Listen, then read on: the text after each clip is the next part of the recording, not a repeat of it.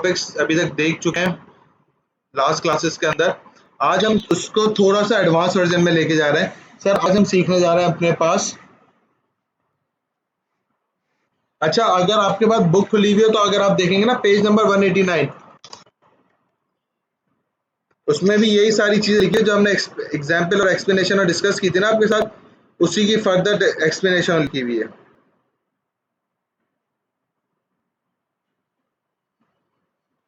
ऐसा ही है? अगर इसमें कोई कंफ्यूजन तो नहीं हो रही? चलो सर, अभी हम ना छोटा मोटा और टॉपिक डिस्कस करते हैं।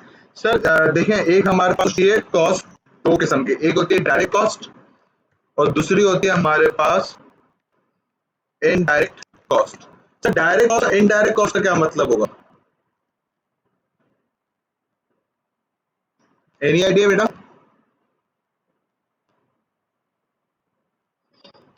देखें सर, डायरेक्ट कॉस्ट हम बोलते हैं cost which is incurred due to the production of the unit। Sir ऐसे जो कि मेरे पास सवाल इसके लिए हो रहा है सिर्फ और सिर्फ यूनिट की प्रोडक्शन के अंदर, मतलब ये कि जो यूनिट में बना रहा हूँ उसके अंदर जितना भी सामान डल रहा है, उसके अंदर जितना सामान डल रहा है उसकी प्रोडक्शन के लिए जितना भी मेरे पास इस्तेमाल हो रहा है, मटेरियल हो चाहे लेबर हो, उसको मैं क्या कह रहा होता हूँ? Direct cost. ठीक है, जैसे एग्जाम्पल देकर समझाने की कोशिश करो। जैसे फॉर एग्जाम्पल समझे मैं क्या बना रहे हैं हम?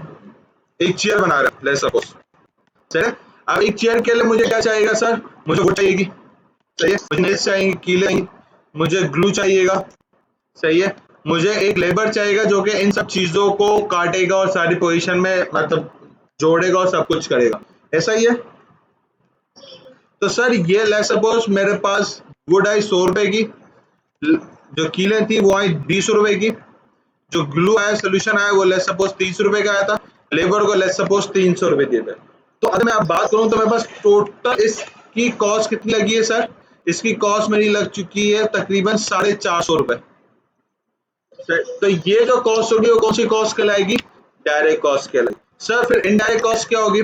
सर देखें, अब आपने ये मटेरियल तो लेके आ गया, अब उसके लिए क्या होता है सर? आपके पास लेट्स से फाइनेंस मैनेजर भी होता है, मतलब एक होता है प्रोडक्शन मैनेजर, वो बंदा जो कि प्रोडक्शन को डील आउट कर रहा होगा, एक बंदा होगा जो सारे पैसों की लेन देन कर रहा होगा। अब ये जो 450 रुपए का खर्चा है कौन मेंटेन करेगा? फाइनेंस वाला बंदा मेंटेन करेगा, जिसको फाइनेंस का डिपार्टमेंट का बंदा होगा। तो उसकी भी लास्ट सपोज कुछ ना कुछ सैलरी होगी, ले सपोज उसको 100 रुपया मंथली देते हैं, ठीक है, वो जिस रूम में बैठता है उसकी कुछ ना कुछ मेंटेनेंस होती है, कलर करवाना है, एसी का खर्चा, वो सब मिला के ले सपोज उसका 200 रुपए का मंथली खर्चा है। तो सर अब अगर हम यहाँ पे देखें ना, ये तकरीबन टोटल कॉस्ट कितनी हो गई सर? 300 रुपए की कॉस्ट हो गई। तो सर ये जो 300 रुपए की कॉस्ट है, इसने प्रोडक्शन तो की नहीं, मतलब इसने यूनिट्स तो बनाए नहीं, फाइनेंस मैनेजर ने यूनिट्स तो बनाए नहीं, वो तो अपने रूम में बैठ के सिर्फ हिसाब किताब कर रहा था। तो सर ऐसी कॉस्ट जो कि आपके यूनिट्स नहीं बनाए, आपके यूनिट्स बनाने की फैसिलिटी प्रोवाइड करे आपको, जैसे कि अगर फाइनेंस डिपार्टमेंट नहीं होगा तो पैसों का सारा हिसाब किताब कौन करेगा? तो ये क्या फाइनेंस डिपार्टमेंट आपके पास क्या कर रहा है? फाइनेंस डिपार्टमेंट आपकी बेनिफिट्स दे रहा है, आपको प्रोडक्शन करने में हेल्प कर रहा है। तो ऐसी कॉस्ट जो कि आपकी प्रोडक्शन को हेल्प करे, उसको हम क्या बोल रहे हैं सर? Indirect cost. समझ में आया बेटा? क्लियर है? सर अगर हम यहाँ पे भी देखेंगे ना, अगर आप फिक्स्ड और सप्लीमेंट्री ओवरहेड्स लिखा हुआ है, उसके अंदर बिल्कुल पॉइंट नंबर ई के बाद लिखा हुआ है they are also of direct cost, ये एक पॉइंट भी लिखा हुआ है, इसको हाईलाइट भी कर लेंगे। सर ये जो पेज नंबर 189 है ना, उसके अंदर फिक्स और सप्लीमेंट्री के नीचे 5 पॉइंट लिखे हुए हैं, ई पॉइंट के नीचे देखेंगे आप लिखा हुआ है they are also a direct cost. ठीक है, डायरेक्ट कॉस्ट, फिक्स कॉस्ट हमेशा डायरेक्ट कॉस्ट क्यों होती है? क्योंकि अगर आपके पास लैंड ही नहीं होगी तो आप प्रोडक्शन कहां पे करोगे? समझ रहे हो आप? क्लियर है? अब देखिए यहाँ पे सैलरीज और परमानेंट स्टाफ वेजेस भी दिए, मतलब जो सैलरीज और वेजेस भी देनी होती है वो भी अगर आप नहीं देंगे तो लेबर आपके पास काम नहीं कर रहा होगा। क्लियर है सर? सर अब हम आते हैं नेक्स्ट पॉइंट के ऊपर, क्लासिफिकेशन के ऊपर। इसके अंदर आपको पता है एक दो किस्म की further cost, that is explicit cost और दूसरी है implicit cost. Sir explicit cost और इम्प्लिसिट कॉस्ट का क्या मतलब होता है? सर एक्सप्लिसिट कॉस्ट हमारे पास वो कॉस्ट होती है जो कि पे होती है आउटसाइड दी एंटिटी। आम अल्फाज, बिल्कुल क्लियर, नॉर्मल अल्फाज में क्या मतलब सर? ऐसी कॉस्ट जो कि मैं एंटिटी के बाहर किसी को दे रहा हूं, ऐसी कॉस्ट को मैं क्या कह रहा होता है? Explicit cost. सर जैसे क्या सर, एग्जाम्पल के तौर के ऊपर आप जो रेंट पे करते हो, फॉर एग्जाम्पल आपने मैंने एक बिल्डिंग ली हुई है आपसे, ठीक है, आप उस बिल्डिंग की मालिक है, तो सर आप मुझसे क्या कर रही होंगी? एक रेंट चार्ज कर रही होंगी। लेट्स सपोज 1 लाख रुपए आप मुझसे रेंट ले रही है मंथली। तो ये जो मैं मंथली आपको रेंट दे रहा हूं, ये मेरे पास एक तो फिक्स कॉस्ट तो है ही है, लेकिन उसकी नेचर क्या है? इसकी नेचर एक्सप्लिसिट कॉस्ट है। एक्सप्लिसिट कॉस्ट का मतलब क्या होता है? एंटिटी के बाहर किसी को पैसे देना, सही है। ऐसी कॉस्ट को हम क्या कह रहे होते हैं? Explicit cost. क्लियर है? और जैसे रेंट हो गया, फर्दर हम इसके आगे चलते हैं सर। इसके आगे हम लेट्स सपोज मैं बोलता हूँ सैलरी। सर सैलरी भी मेरे पास, जैसे फॉर एग्जांपल आपकी कंपनी है, आप प्रोडक्शन कर रहे हैं और मैं आपकी कंपनी में एज एन प्रोडक्शन मैनेजर काम कर रहा हूँ। मैं क्या? एज एन प्रोडक्शन मैनेजर हूँ। तो मैं लाजिम आता कुछ सैलरी ले रहा हूँ। लेट्स सपोज मेरी सैलरी है 1.5 लाख रुपए मंथली, 1,50,000 रुपीज मंथली सैलरी है मेरी। तो ये जो आप मुझे पैसे दे रहे होगे, ये पैसे मैं लेके जा रहा हूँ एंटिटी के बाहर, मैं पैसे लेके जा रहा हूँ। तो ये पैसे किस ये इन पैसों को मैं क्या कह रहा हूँ सर? इन पैसों को मैं कह रहा हूँ एक्सप्लिसिट कॉस्ट। ठीक है सर। सर अच्छा मुझे एक और बात बता दें, ये जो प्रोडक्शन मैनेजर को मैं जो सैलरी दे रहा हूँ, ये मेरे पास डायरेक्ट फिक्स कॉस्ट है कि वेरिएबल कॉस्ट है? फिक्स कॉस्ट है। जी अफान बेटा, आवाज आ रही है आपको? सर सर ये फिक्स कॉस्ट क्यों है?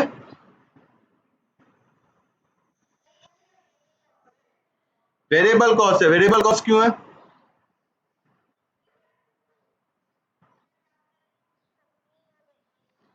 मतलब आप ये बोल रही है कि मेरी तनख्वाह डिपेंडेंट होगी मेरे काम के ऊपर? सर ऐसा कभी भी नहीं होता। आप देखें, अगर मैं बात करूं अभी जैसे कि लॉकडाउन चल रहा है, ठीक है, जनरल एग्जांपल लेता हूं, अभी लॉकडाउन में काम तो हो नहीं रहा, ऐसा ही है, मतलब कोई ऑफिस नहीं खोल रहे, कुछ भी नहीं हो रहा। मैं अपनी एग्जांपल लेता हूँ, 2 महीने 1 महीना हो गया मैं ऑफिस नहीं गया बिल्कुल भी, ठीक है, अप्रैल का पूरा महीना मैं ऑफिस नहीं गया, एक दिन गया था सिर्फ। तो ऑफिस वालों ने मुझे ये थोड़ी बोला कि सर हम आपको सैलरी नहीं देंगे, या आपकी जो सैलरी बनती है वो हम सिर्फ एक दिन की आपको पे करेंगे। उन्होंने क्या करा, मुझे मेरी पूरी जो सैलरी बनती थी वो मेरे अकाउंट में डिपॉजिट हो गई। तो इससे क्या पता चलता है सर, ये कॉस्ट हमारे पास डिपेंडेंट नहीं होती। सैलरी हमेशा इंडिपेंडेंट होती है नंबर ऑफ यूनिट्स प्रोड्यूस के ऊपर। That's why it is called a fix cost. ठीक है, जो सैलरी हो गया, रेंट हो गया, वो हमेशा कहला रहा होता है, हमेशा फिक्स कॉस्ट कहला रही है हमारी। क्लियर है? अफान बेटा आपको क्लियर है? सर इसके बाद हम implicit cost. Sir implicit cost क्या हो गया हमारे पास? सर इम्प्लिसिट कॉस्ट वो कॉस्ट होती है जो कि हम पे करते हैं विद इन दी एंटिटी। मतलब वो कॉस्ट जो कि मैं एंटिटी के अंदर ही पे कर रहा हूं, उसी कॉस्ट में क्या कह रहा होता हूं सर? इम्प्लिसिट कॉस्ट है मेरी। सर एग्जाम्पल, जैसे कि ऑनर है, ऑनर जो मालिक है वो अपने पास कुछ अपने जो अपने खर्चे वर्चे के लिए कुछ पैसे उठा रहा है, उसको हम क्या कह रहे होते हैं? अपने पास ड्राइंग्स कहते हैं। तो सर ये जो ड्राइंग्स ऑनर ले रहा है, उस ड्राइंग्स को मैं अपने पास क्या कह रहा हूँ? इम्प्लिसिट कॉस्ट कह रहा हूँ। ठीक है, ऐसी कॉस्ट जो कि विद इन एंटिटी आप पे ऑफ कर रहे हो, उसको हम क्या कह रहे होते हैं? इम्प्लिसिट कॉस्ट कह रहे होते हैं। क्लियर है? सर एक और एग्जांपल, जैसे कि जो रेंट, मतलब जिस जगह पे मैं अपनी प्रोडक्शन कर रहा हूँ, जिस बिल्डिंग लैंड के ऊपर, वो मैंने किसी और से नहीं ली हुई।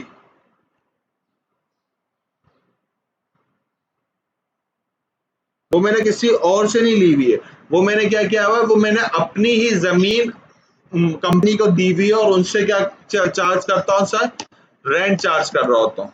ठीक है, ये रेंट क्यों चार्ज कर रहा हूँ सर, क्योंकि ये जो लैंड है वो मैंने किसी बाहर पर्सन से नहीं ली है। ये जो लैंड की जो बिल्डिंग है, बिल्डिंग कौन ओन करता है sir, building own by the owner. ऐसी बिल्डिंग जिसका ओनर खुद ही ओन करता हो, उसका मालिक वो ही हो, और वो कंपनी से कुछ रेंट चार्ज करे उस बिल्डिंग का, तो उसको मैं क्या बोलूंगा, इम्प्लिसिट कॉस्ट बोल रहा हूँ। क्लियर है बेटा? अब आप इसको क्विकली एक्सप्लिसिट कॉस्ट और इम्प्लिसिट कॉस्ट को पढ़ भी लें, मैं रीड आउट भी कर देता हूँ। सर क्या बोलता है, explicit cost are paid out cost, they are, एक सेकंड दीजिएगा,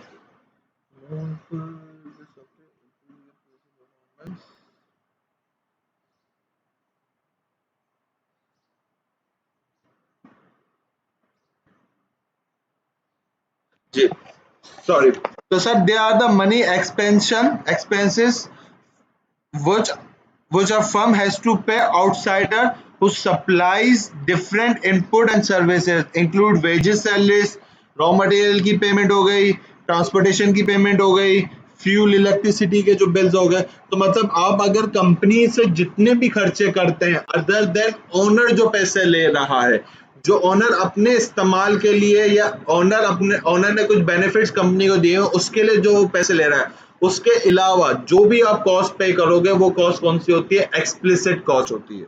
क्लियर है सर? बेटा क्लियर है?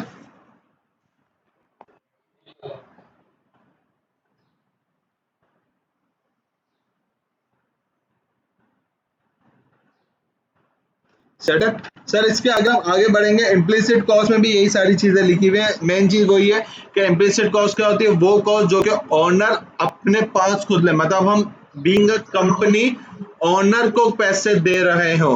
तो क्यों, क्योंकि ओनर ने कंपनी के अंदर कुछ बेनिफिट्स दिए हैं, जैसे कि बिल्डिंग हो गई, प्रोडक्शन के लिए ओनर ने बिल्डिंग दी हुई है, तो वो उसके लिए जो ओनर अगर रेंट चार्ज कर रहा है तो उसको हम क्या बोल लेंगे, इम्प्लिसिट कॉस्ट कह रहे होंगे। क्लियर है सर? सर इसके बाद हम अभी पढ़ने जा रहे हैं एक और topic, that is called a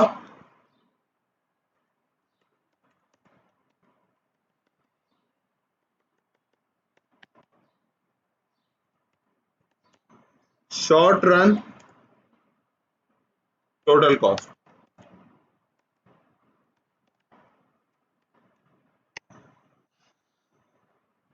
sir हमारे पास नेक्स्ट जो टॉपिक है वो कौन सा टॉपिक है, short run total cost. Sir short run total cost को समझने से पहले सबसे पहले क्या समझते हैं, टोटल कॉस्ट क्या होती है? जी sir, any idea about total cost?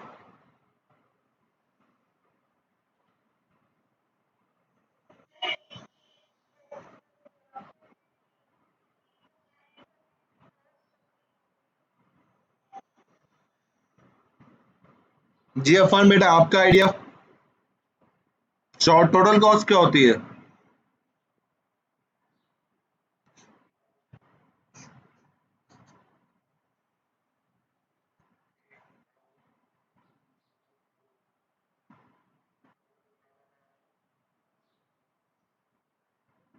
आवाज नहीं आ रही बिल्कुल भी।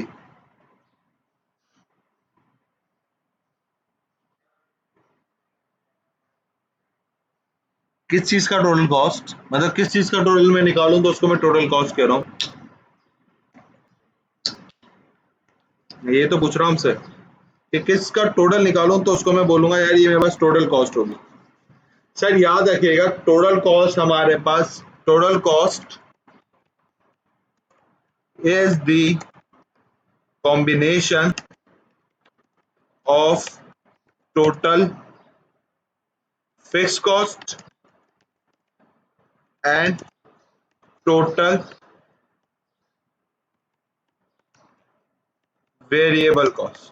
तब क्या बोल रहा हूं मैं सर, मत मीन्स ये कि ऐसी कॉस्ट जो कि मेरे पास फिक्स कॉस्ट और वेरिएबल कॉस्ट को मिला दूं और जो मेरे पास सम आएगा उसको मैं क्या कह रहा हूँ, टोटल कॉस्ट बोल रहा हूँ। ठीक है सर, वेरिएबल कॉस्ट को और फिक्स कॉस्ट को अगर मैं टोटल कर दूं तो मेरे पास क्या हो जाएगी, टोटल कॉस्ट हो जाएगी।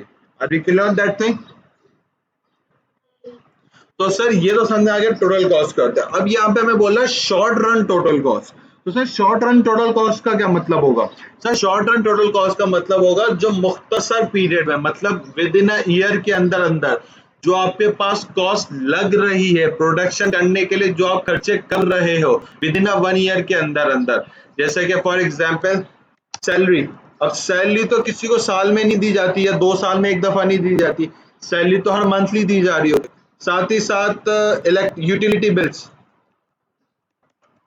यूटिलिटी बिल्स भी ये नहीं होता कि आपके पास पूरे साल के बाद पे किए जाएंगे, हर महीने आपको पे करने होते हैं। ठीक है। और क्या होगा सर, हमारे पास मेंटेनेंस, बिल्डिंग और की जो मेंटेनेंस होती है वो सारी हम क्या, हमारे पास जो भी आ रही है उसको हम क्या बोल रहे होंगे अपने पास, शॉर्ट रन कॉस्ट बोले। क्यों? क्योंकि ये लिमिटेड टाइम पीरियड के लिए कॉस्ट आती रहती है, हर दफा आपके पास आती रहेगी। आप जैसे जैसे आपके पास यूनिट्स बढ़ते रहेंगे, जैसे जैसे आप अपनी प्रोडक्शन करते रहोगे, वैसे आपके पास क्या होती रहेगी, आपकी कॉस्ट इंक्रीज होती रहेगी। और ये कॉस्ट कौन सी होगी? शॉर्ट रन, मतलब मुख्तसर पीरियड की कॉस्ट होगी। क्लियर है सर? तो सर अगर हम यहाँ पे देखें, इसने ये लिख के भी दिया हुआ है आपको, शॉर्ट में पढ़ रहा हूँ। Short run is such a period of time within which a firm can vary its volume of output by varying the total amount of variable factors. ये क्या बोला, आप अपने पास आपका जो आउटपुट है, आउटपुट हमने अपने प्रीवियस क्लास के अंदर पढ़ा था, जो number of units produce, output आप क्या कर सकते हो, वेरी कर सकते हो। कब? जब आप अपने पास अपने जो वेरिएबल कॉस्ट है उसको, वेरिएबल की जो अमाउंट है उसको भी वेरी कर लो। ठीक है। अगर आप जैसे, अगर मैं अभी एग्जाम्पल देता हूँ आपको, अभी लॉकडाउन चल रहा है, ठीक है, अब उसके अंदर लोग क्या करा हुआ है, लोगों ने यार नॉर्मल इंडस्ट्रीज क्या है, सब बंद है, तो उन्होंने क्या करा, अपनी कॉस्ट को कम करने के लिए, देखें अगर आप मैंने हमने लास्ट क्लास में डिस्कस भी किया था, वेरिएबल कॉस्ट कौन सी कॉस्ट होती है, वो कॉस्ट होती है जो कि डिपेंडेंट होती है नंबर ऑफ यूनिट्स प्रोड्यूस के ऊपर। मैं जैसे जैसे यूनिट्स बढ़ाऊंगा, प्रोड्यूस करूंगा, वैसे वैसे मेरी कॉस्ट इंकर्ड होती रहेगी। अब सिंस इंडस्ट्रीज बंद है, तो मेरा वो जो वेरिएबल कॉस्ट का जो इंडिकेटर था, जो फैक्टर था, वो क्या हो गया, वो कॉस्ट मेरे पास कम हो गई है। क्यों? क्योंकि मेरे पास तो प्रोडक्शन हो ही नहीं रही है। जब प्रोडक्शन ही नहीं हो रही तो मैं क्या कर सकता हूँ, अपने पास वेरिएबल के जो फैक्टर्स हैं, जैसे कि मटेरियल खरीदना या जो लेबर है उसको भी क्या, उनको सैलरीज दी जा रही है। प्रोडक्शन हो रही है वो नहीं हो रही, तो उनको जो यूटिलिटी और के बिल्स होते हैं वो भी आपके पास क्या हो गया, वो कम से कम आ रहे हैं। तो ये आपके पास क्या है, ये आप इजीली अपनी कॉस्ट को क्या कर सकते हो, कम कर सकते हो, मिटिगेट कर सकते हो। क्लियर है सर इस चीज के ऊपर? हम सर अगर हम आगे भी, मैं इसको रीड आउट कर लेता हूँ। सच लेबर रॉ मटेरियल, जैसा अभी मैंने आपको बताया वेरिएबल कॉस्ट में क्या होता है, लेबर और रॉ मटेरियल होता है। सही है। Fixed costs as such a capital equipment, top management and cannot be varied। ठीक है। इसमें आपको क्या बोल रहा है, देखिए आपके पास जैसा भी हमने पढ़ा भी था, वेरिएबल कॉस्ट फैक्टर क्या होता है, वो कॉस्ट जो कि डिपेंडेंट होती है नंबर ऑफ यूनिट्स प्रोड्यूस के ऊपर। लेकिन अगर आप बात करो फिक्स कॉस्ट की, फिक्स कॉस्ट क्या होती है, this is independent from output. मतलब क्या हो सर, मीन्स ये कि आपके पास ये डिपेंडेंट नहीं होगी, आप जितने यूनिट्स बनाओ, आपको जैसे की मैनेजमेंट है, जैसे कि सीएफओ हो गया, डायरेक्टर हो गया, फाइनेंस मैनेजर हो गया, प्रोडक्शन मैनेजर हो गया, उनको आप नहीं निकाल सकते। अगर आप उनको निकाल दोगे तो जब लॉकडाउन खत्म होगा तो वो बंदे कहाँ से हायर करोगे दोबारा? और अगर आपने निकाल दिया, सोचा यार कुछ टाइम के बाद हायर कर लेंगे जब लॉकडाउन खुल जाएगा, तो वैसे बंदे थोड़ी मिलेंगे, उनको पहले ट्रेनिंग देनी पड़ेगी या सब कुछ करना पड़ेगा।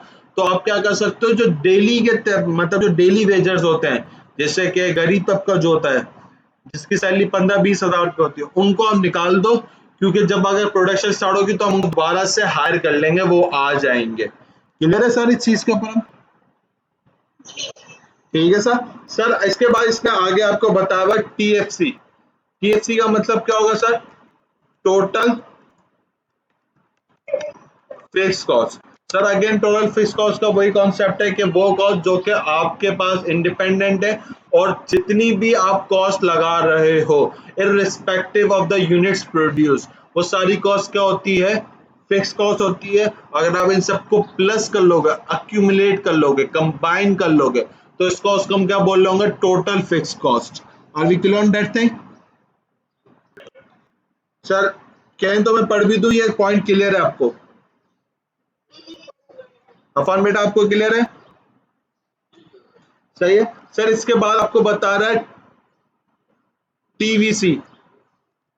सर टीवीसी का मतलब क्या होगा? टोटल वेरिएबल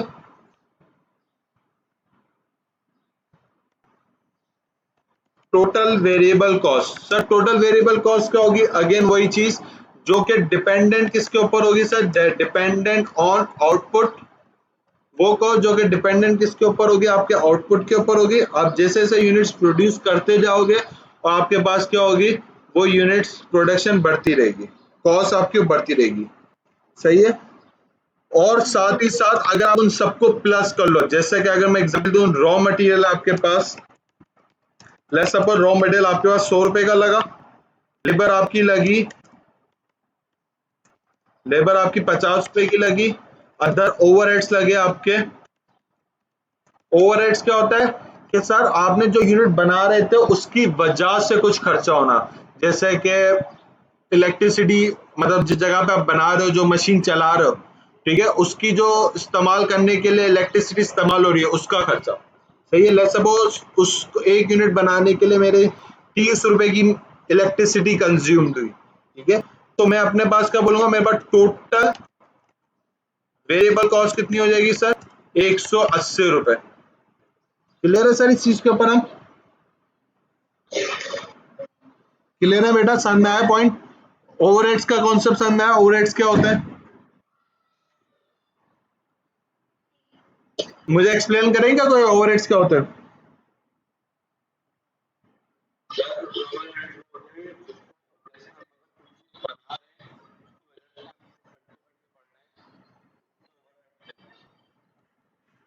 जैसे कि एग्जांपल।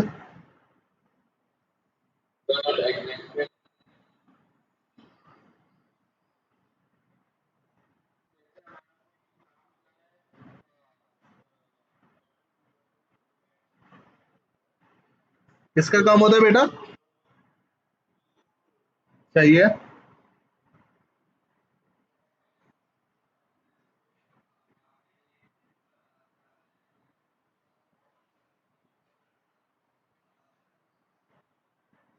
नहीं, बेटा आप बताएं रुबाब।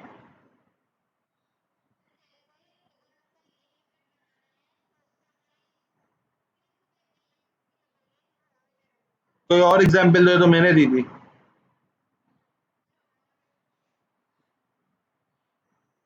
सर जैसे कि आप अगर ये भी बोल सकते हो कि यार जो मेरे पास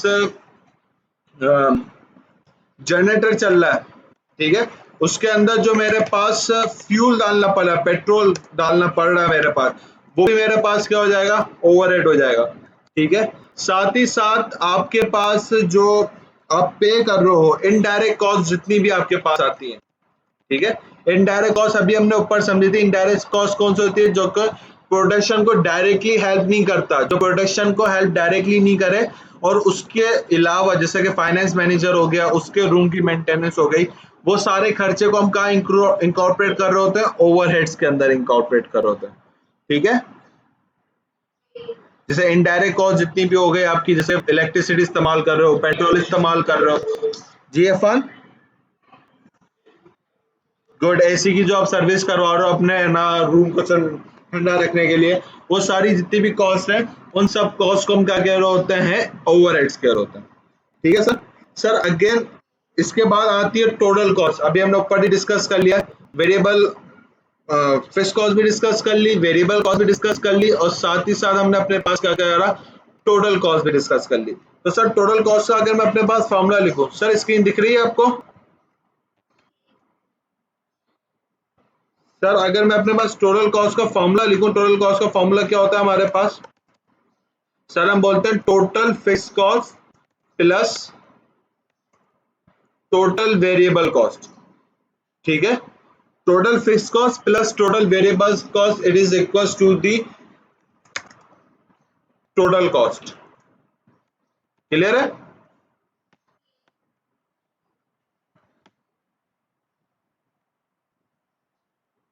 सर इन सब के जितना भी अभी तक हमने डिस्कस करा है सारे पॉइंट्स, उनको एज एन ग्राफ की सूरत में भी समझने की कोशिश करते हैं। सॉरी, ग्राफ में बोल रहा हूँ, एक चार्ट के थ्रू डिस्कस करते हैं। ग्राफ भी इंशाल्लाह है ना, मैंने एक वीडियो बना लिया आपके लिए, इंशाल्लाह मैं आज रात को एक जो हमारा यूट्यूब का चैनल है उसके ऊपर अपलोड कर दूंगा। तो जितने भी ग्राफ अभी तक हमने टॉपिक देख लिया, उसके ग्राफ नहीं देखे ना, उसके ग्राफ की वो वीडियो मैंने बनाई है, ठीक है, ताकि आपको है ना ग्राफ के थ्रू भी समझना है कि पेपर के अंदर ग्राफ भी बनाने होते हैं हमें।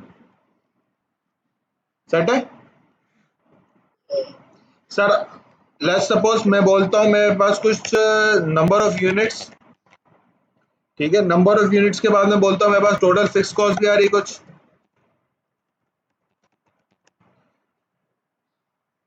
एक सेकंड दीजिएगा।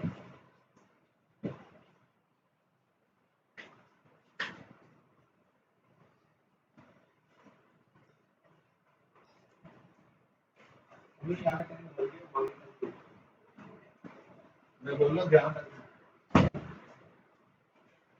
Sorry sir. ठीक है सर, फिर इसके बाद आता है टोटल वेरिएबल कॉस्ट, फिर आ जाता है हमारे पास टोटल कॉस्ट। अभी हमने ये सारी चीजें डिस्कस करी हैं, इसको क्विकली देख भी लेते हैं।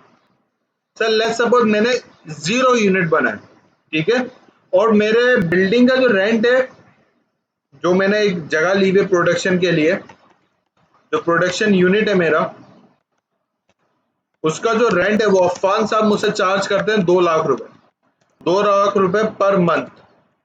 अफान से मैंने एक जगह ली हुई है जिसके ऊपर मैं अपनी प्रोडक्शन स्टार्ट करूंगा, तो उसके ऊपर अफान मुझसे कितना रेंट चार्ज कर रहा है, 2 लाख रुपए। अभी मेरे पास क्या है सर, अभी मैंने कोई भी यूनिट नहीं बनाया, तो मुझे बता मेरी फिक्स कॉस्ट कितनी होगी, 0 या 2 लाख रुपए।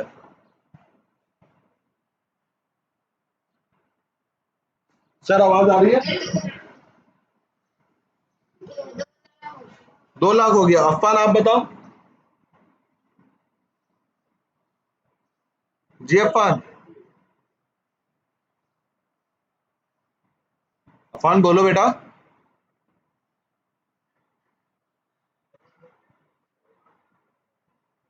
आपकी आवाज बहुत स्लो आ रही है, अगर आप हैंड फ्री इस्तेमाल कर रहे हो तो माइक ऊपर रख के बोलो। सर याद रखिएगा, फिक्स कॉस्ट हमने डिस्कस भी किया था, फिक्स कॉस्ट डिपेंडेंट नहीं होती यूनिट्स ऑफ प्रोड्यूस के ऊपर। तो irrespective of the units produce मेरे पास कॉस्ट कितनी लगेगी, 2 लाख रुपए ही लगेगी, ठीक है। और वेरिएबल कॉस्ट कितनी होगी, 0 रुपए की। तो टोटल कॉस्ट कितनी हो जाएगी सर मेरे पास, टोटल कॉस्ट का फॉर्मूला क्या होता है, very fix cost plus variable cost, तो उसको मिला के मेरे पास कितनी हो जाएगी, 2 लाख रुपए हो जाएगी। सही है। और साथ ही साथ मैंने बताया पर यूनिट जो मेरे पास कॉस्ट लगती है ना, अगर मैं 1 यूनिट बनाऊं तो पर यूनिट मेरे पास बनता है, लेट्स सपोज 30 रुपए पर यूनिट मेरे पास कॉस्ट आती है। सही है। अगर मेरे पास 1 यूनिट में बनाऊंगा तो मेरे पास वेरिएबल कॉस्ट कितनी आएगी सर, 30 रुपए आएगी। सर आगे बढ़ते हैं। सर लेट्स सपोज मैंने अब 5 यूनिट बना दिए, तो अब मेरे पास फिक्स कॉस्ट कितनी होगी।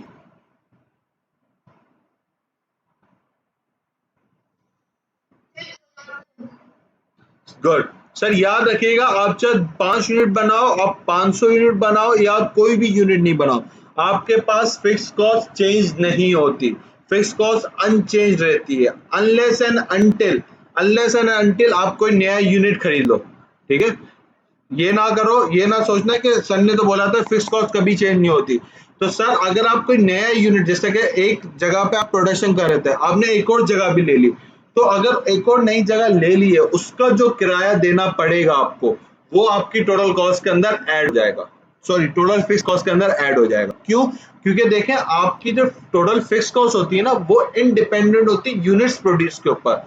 अगर आप एक नया प्लांट ले लोगे, नई जगह ले लोगे, तो आपको रेंट बढ़ जाएगा और फिक्स कॉस्ट भी बढ़ जाएगी। Are we clear on that thing? तो सर इसके बाद मेरे पास वेरिएबल कॉस्ट कितनी होगी, सर मैं बोलूंगा वेरिएबल कॉस्ट होगी 1 यूनिट की 30 रुपए, multiply by 5, that is equal to the 150 रुपए। तो मेरे पास टोटल कॉस्ट कितनी हो जाएगी, 2,01,50 रुपए। क्लियर है अफान बेटा, आपको क्लियर है? सर इसके बाद लेट्स सपोज मैंने 100 यूनिट बना दिए, सर अब मेरे पास फिक्स कॉस्ट कितनी रहेगी, अगेन 2 लाख रुपए ही होगी, और मेरे पास वेरिएबल कॉस्ट कितनी रहेगी, 100 multiply by 30, that is equal to दी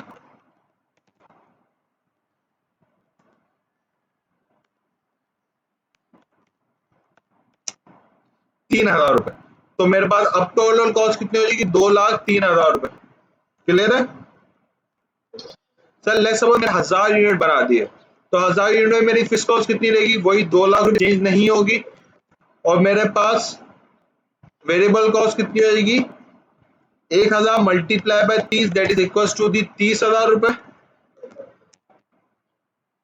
और मेरे पास टोटल कॉस्ट कितनी हो जाएगी? 2,30,000 रुपए।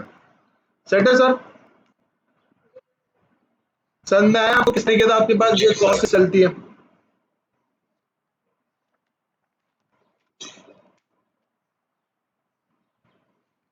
सर फिर इसके बाद आपके पास आता है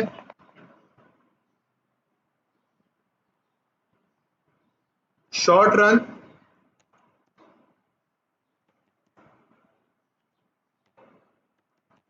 एवरेज कॉस्ट। ठीक है sir, short run average cost का क्या मतलब होगा उसको समझने से पहले सबसे पहले हम अपने पास समझते हैं कि व्हाट इज द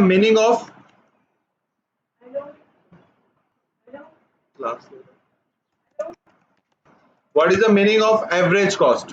ठीक है सर, एवरेज कॉस्ट हमारे पास क्या होती है? सर हम एवरेज कॉस्ट निकालते हैं जितनी भी हमारे पास कॉस्ट लगी है, ठीक है, उसको हम डिवाइड किससे करवा देते हैं? क्वांटिटी जितनी भी हमने प्रोड्यूस करी हो। ठीक है, ऐसी कॉस्ट जो कि हमारी जितनी भी कॉस्ट लगे उसको हम डिवाइड करवा दें नंबर ऑफ यूनिट्स प्रोड्यूस से, तो हमारे पास जो कॉस्ट आएगी उस कॉस्ट को हम अपने पास क्या बोलेंगे? एवरेज कॉस्ट बोलेंगे। जिससे कि हम एवरेज आउटपुट चेक करते थे ना कि हमने 5 दिन के अंदर कितना यूनिट्स बना लिए, तो ऑन एन एवरेज कितने पर लेबर कितने यूनिट्स बना रहा है, उसी बेसिस के ऊपर हम एवरेज कॉस्ट भी कैलकुलेट कर रहे होते हैं। समझ में आया sir? Sir let's suppose example देकर समझाने की फर्दर कोशिश करता हूँ, अदर और एक्सप्लेन करने की कोशिश करता हूँ। सर लेट्स सपोज मेरे पास जो कॉस्ट लगी है, टोटल कॉस्ट जो मेरी लगी, सर लेट्स सपोज मेरी टोटल कॉस्ट 1000 रुपए की लगी है, और मैंने यूनिट जो बनाए हैं, यूनिट्स प्रोड्यूस मैंने कितने किए? सर लेट्स सपोज मैंने यूनिट्स प्रोड्यूस करे हैं 30 यूनिट्स प्रोड्यूस करे। सही है, तो मैं अगर एवरेज कॉस्ट निकालना चाहूँ, एवरेज कॉस्ट को किस तरीके से रिप्रेजेंट कर रहे होते हैं? A dot C. ठीक है, फॉर्मूला क्या होगा? टोटल कॉस्ट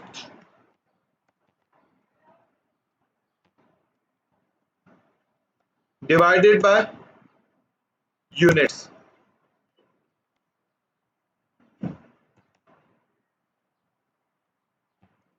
ठीक है, तो sir total cost divided by units का अगर मैं करूंगा तो मेरे पास टोटल कॉस्ट कितनी लगी है? 1000 रुपए, उसको डिवाइड करवा दूंगा 30 रुपए से, तो on an average per unit मेरी कॉस्ट कितने रुपए की लगी है?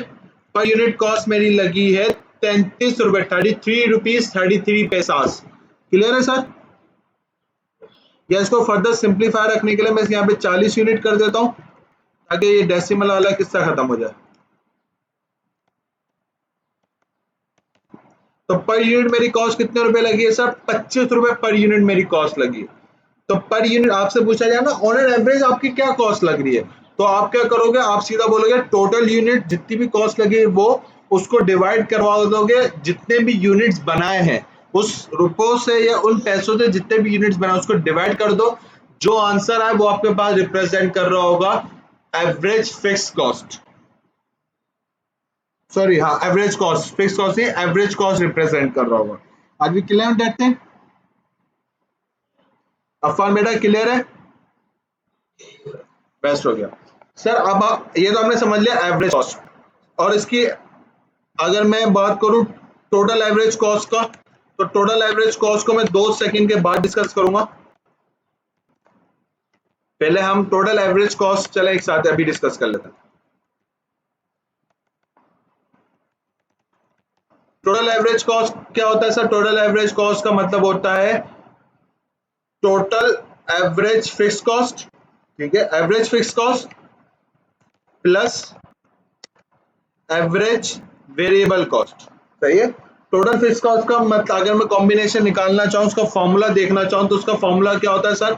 इसका फॉर्मूला मेरे पास होता है एवरेज फिक्स कॉस्ट को प्लस कर दो एवरेज वेरिएबल कॉस्ट से। ठीक है, ये हमारे पास फॉर्मूला है।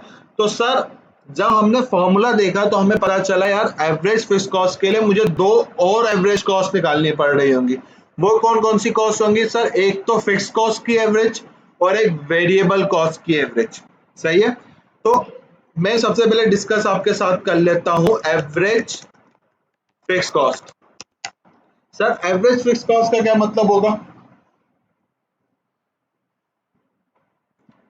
कोई बता सकता है, एक्सप्लेन कर सकता है?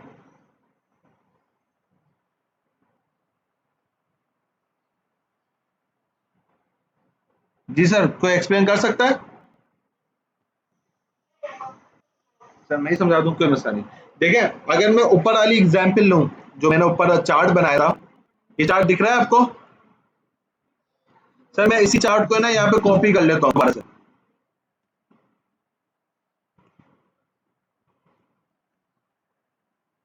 सर अगर मैं यहाँ पे देखूं तो मेरे पास फिक्स कॉस्ट कितनी है, 2 लाख रुपए, और यूनिट्स क्या होते जा रहे हैं, बढ़ते जा रहे हैं, ऐसा ही है।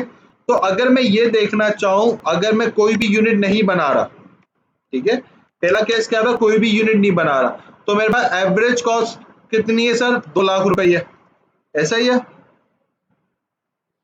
अगर मेरे पास 5 यूनिट मैंने बना दिया, ठीक है, तो मेरे पास क्या हो जाएगा, अगर मैं 5 यूनिट बना रहा हूं तो मेरे पास पर यूनिट, अगर मैं ये देखूं, मेरे पास 2 लाख रुपए की तो कॉस्ट लग रही है, तो एक यूनिट के ऊपर मेरी कितनी कॉस्ट लगी है, मैं ये निकालना चाहूँ। क्यों? क्योंकि एक तो फिक्स कॉस्ट है मेरे पास, 2 लाख रुपए मेरे पास क्या है, फिक्स कॉस्ट है, सही है। और इस 2 लाख रुपए के जो मैं इनकट कर रहा हूँ, उससे मैंने अभी तक कितने यूनिट्स बनाए सर, सिर्फ और सिर्फ 5 यूनिट्स बनाए। तो मैं क्या बोलूंगा सर, मैं बोलूंगा अपने पास 2 लाख रुपए को डिवाइड कर दो नंबर ऑफ यूनिट्स प्रोड्यूस से, तो आंसर कितना आ जाएगा सर, 40,000 रुपए। ये 40,000 रुपए क्या रिप्रेजेंट कर रहा होगा सर, ये 40,000 रुपए रिप्रेजेंट कर रहा होगा per unit average fix cost. क्यों sir per unit average fix cost? क्योंकि देखें, 2 लाख रुपए मेरे पास क्या टोटल कॉस्ट है, उसको मैंने क्या करा, नंबर ऑफ यूनिट्स के ऊपर डिवाइड कर दिया, ऐसा ही था। तो मैंने अपने पास क्या देखा कि मेरे पास 2 लाख रुपए थे, उसमें से अगर मैं 5 यूनिट्स बना रहा था, तो पर यूनिट कॉस्ट मेरे पास कितने रुपए की लगी सर, 40,000 रुपए की लगी। सेट है। अगर मैं आगे बढ़ता हूँ फर्दर, सर मैं फर्दर आगे बढ़ा अपने पास, सर फर्दर आगे बढ़ने के बाद मैंने अपने पास क्या करा सर, मैंने अब 100 यूनिट बना दिए, तो मैं क्या करूंगा, इस 2 लाख रुपए को, सर इस 2 लाख रुपए को मैं क्या करूंगा, 100 यूनिट से डिवाइड करा दूंगा। तो अब मेरे पास एवरेज कॉस्ट कितने रुपए आ रही है, 2,000 रुपए पर यूनिट एवरेज फिक्स्ड कॉस्ट। तो सर इससे क्या मतलब निकल रहा है, सर इससे मतलब ये निकला कि जैसे मेरे पास नंबर ऑफ आउटपुट बढ़ता रहेगा, क्योंकि फिक्स कॉस्ट तो अनचेंज्ड है, वो तो बड़े, वो तो चेंज होगी नहीं, लेकिन मैं जैसे जैसे यूनिट्स बढ़ाता रहूंगा, प्रोडक्शन ज्यादा से ज्यादा करता रहूंगा, तो मेरे पास क्या होगा, मेरे पास क्या होगा, per unit average fix cost क्या होती रहेगी, कम से कम होती रहेगी। एक और आगे जाके देख लेता हूँ, 2 लाख रुपए मेरे पास कॉस्ट लगी थी, मैंने क्या करा सर, मैंने अपने पास 1,000 यूनिट्स बना दिए, तो अब मेरे पास पर यूनिट कॉस्ट कितनी हो गई, सिर्फ और सिर्फ 200 रुपए पर यूनिट एवरेज फिक्स कॉस्ट हो गई। तो सर इससे हमारे पास क्या मतलब निकल रहा है, सर इससे हमारा ये मतलब निकल रहा है कि जैसे जैसे मेरे पास नंबर ऑफ यूनिट्स बढ़ते रहेंगे, मेरे पास एवरेज फिक्स कॉस्ट क्या होती रहेगी, कम से कम होती रहेगी। समझ में आया, क्लियर है बेटा? अफान बेटा आपको क्लियर है? तो सर मेरे पास अगर मैं यहाँ पे फॉर्मूला करना चाहूँ एवरेज फिक्स कॉस्ट का, क्या होगा सर, मैं बोलूंगा टोटल फिक्स कॉस्ट तो डिवाइड करवा दो किससे, क्वांटिटी से। क्लियर है? सर ये तो हमारे पास फिक्स कॉस्ट हमने डिस्कस कर लिया, याद रखिएगा एक और चीज भी जो अभी हमने डिस्कस भी करा, sir average fix cost decline when number of units increases. जैसे जैसे आप नंबर ऑफ यूनिट्स बढ़ाते रहोगे, आपके पास एवरेज फिक्स कॉस्ट क्या होती रहेगी, डिक्लाइन होती रहेगी। डिक्लाइन का मतलब क्या होता है सर, डिक्रीज होती रहेगी। अभी हमने एग्जाम्पल के अंदर भी देखा किस तरीके से डिक्रीज हो रही होती है। Clear sir? सर इसके बाद हमारे पास पॉइंट आता है average variable cost. Sir again वही चीज है कि जो फिक्स कॉस्ट के अंदर भी था सर, लेकिन इसका कॉन्सेप्ट थोड़ा सा डिफरेंट होता है सर। एवरेज फिक्स कॉस्ट का फॉर्मूला क्या होता है सर? एवरेज फिक्स कॉस्ट का भी वही फॉर्मूला होता है, क्या टोटल वेरिएबल कॉस्ट को डिवाइड किससे करवा दो आप सर? डिवाइड करवा दो आप अपने पास क्वांटिटी से। टोटल वेरिएबल कॉस्ट को डिवाइड किससे करवा दो? क्वांटिटी से। ठीक है, अगर मैं यहाँ पे देखूं तो मेरे पास वेरिएबल कॉस्ट कितनी थी सर? केस 1 में 0 रुपए, तो यूनिट्स भी कितने थे? 0 थे। लेकिन मेरे पास क्या हो गया सर, जब मैंने 5 यूनिट बनाया तो मेरे पास एवरेज वेरिएबल कॉस्ट कितनी थी? 150 रुपए। सही है, तो मैं क्या बोलूंगा, 150 को डिवाइड करवा दो 5 से, तो मेरे पास पर यूनिट कॉस्ट कितनी आ जाएगी? पर यूनिट एवरेज वेरिएबल कॉस्ट कितनी हो जाएगी सर? 30 रुपए की हो जाएगी। ऐसा ही है सर। अगर मेरे पास भी फर्दर मैंने क्या किया था, मैंने 100 यूनिट बनाए थे, तो मेरी कॉस्ट कितनी लगी थी? 3000 रुपए डिवाइडेड बाय 100, तो मेरे पास पर यूनिट कितनी आया सर? पर यूनिट अगेन मेरे पास क्या है सर? 30 रुपीज का ही आया। ऐसा ही है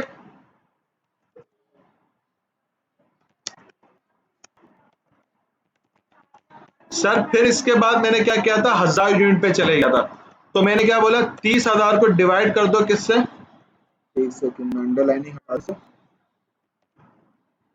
सर। मैं क्या करूंगा, 30,000 को डिवाइड किससे करवा दूंगा? 1000 से, तो अगेन मेरे पास कितने रुपए आया?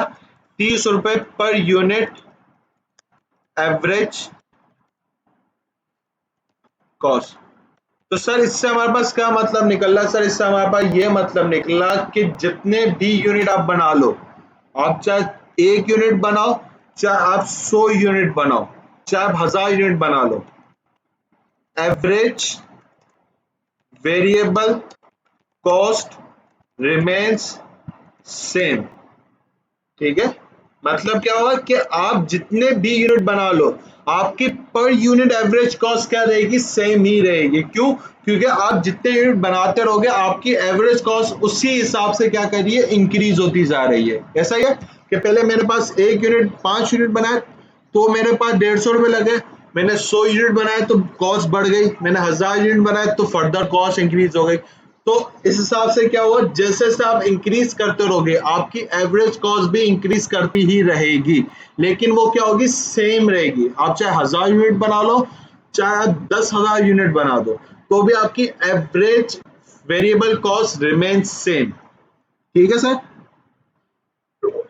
तो सर अगर मैं, जो हम ऊपर डिस्कस कर रहे थे, हम अपने पास टोटल एवरेज कॉस्ट डिस्कस कर रहे थे, ऐसे। तो अगर मैं अपने पास क्या करता हूँ सर, मैं अपने पास यूनिट्स रख लेता हूँ, फिर इसके बाद मैं बोलता हूँ एवरेज फिक्स कॉस्ट, फिर मैं रखता हूँ एवरेज वेरिएबल कॉस्ट, और फिर मैं बोलता हूँ एवरेज टोटल एवरेज कॉस्ट। ठीक है, मैं अपने पास क्या था सर, मैंने अपने पास रखे 5 यूनिट, तो मेरे पास 5 यूनिट के ऊपर एवरेज फिक्स कॉस्ट कितनी आई थी? ये रही सर, 40,000 रुपए पर यूनिट आया था। ऐसा ही है, दिख रही है सर स्क्रीन पे? तो सर 40,000 रुपए ये आया था मेरे पास 1 यूनिट की कॉस्ट में, तो मैंने बोला सर 40,000 रुपए ये आ गया मेरे पास, और 30 रुपए ये आ गया, तो मेरे pass on an average 1 unit कितने रुपए का बनता है? 40,000 30 रुपए का 1 यूनिट बन रहा है मेरे पास। अगर मैं 5 यूनिट बनाता हूं, तो मेरे पास 1 यूनिट की कॉस्ट कितनी हो जाएगी? 40,030 रुपीज मेरे पास कॉस्ट होगी। सेट है सर? सर फिर आगे बढ़ा मैंने आगे बढ़ने के बाद क्या बोला, मेरे पास 100 यूनिट, तो मेरे पास एवरेज वेरिएबल फिक्स कॉस्ट कितनी होगी? 2,000 रुपए। तो मैं अपने पास क्या बोल दूंगा सर, 2,000 और 30 रुपए, तो ऑन एन एवरेज मेरे पास पर यूनिट कितने रुपए का बन रहा था? 2,030 रुपए का। आगे बढ़ा, 1000 यूनिट, एवरेज वेरिएबल को एवरेज फिक्स कॉस्ट 200 रुपए थी और 30 रुपए, तो मेरे पास कॉस्ट कितनी हो गई सर? 230 रुपए। तो मतलब क्या हुआ, जैसे जैसे आपकी प्रोडक्शन इंक्रीज होती रहेगी, आपके पास average fix cost average cost भी क्या होती रहेगी? वैसे ही वैसे डिक्रीज होती रहेगी। याद रखिएगा, जैसे जैसे आपके पास प्रोडक्शन इंक्रीज होती रहती है, एवरेज कॉस्ट क्या होती रहती है? Production increase, average cost decline. ठीक है सर, क्लियर है? अफान बेटा क्लियर है? बेस्ट हो गया सर, सेट है। अब हम आज अपनी क्लास